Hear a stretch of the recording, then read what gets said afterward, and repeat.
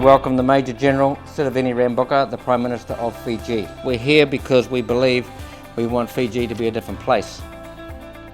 Revolutionise the concrete floor industry. We can go in now and just scrape a slab, not dig a footing. We will save mega tons of concrete per floor.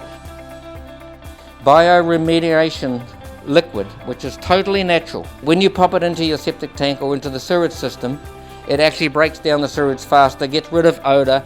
This will revolutionise the waste system in Fiji, let alone in the islands. This system here is the one we were talking about this afternoon, Prime Minister, which has worms in it. So basically, we fill up the septic tank with all that stuff that we ate the night before, and we pop it in there, and these little worms eat it all up and process it.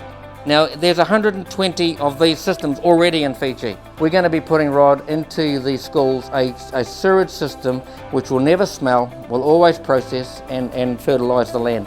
We've just been talking to the Prime Minister about putting a 50 kilowatt, 100-hour battery system into that school with solar panels, and we're going to be able to give you enough power to run the school properly. We're going to revolutionise the power issues in Fiji. We'll take every piece of plastic from grade 1 to grade 7 and put it into the process and turn it into aggregate to make concrete. They've even developed it so the aggregate will absorb the moisture, so we can make ready mix, we can make paving, we can make everything. I've watched a lot of people come to places like Fiji and they build something and then they go, or they donate something and then they go.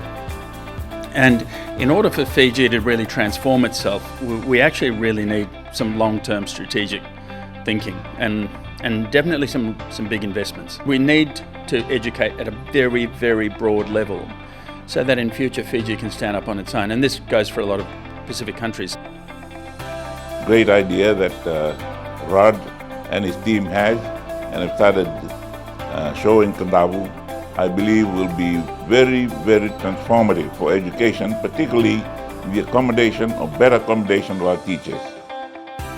Got to be Prime Minister and everybody was surprised. And one of the very first things we did in Parliament was talk about school dropouts.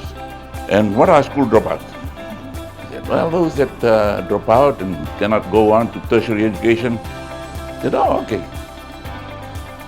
And what do you think? And I said, well, we make them Prime Ministers. We keep dreaming dreams beyond the boundaries. And I've spent the rest of my life trying to learn.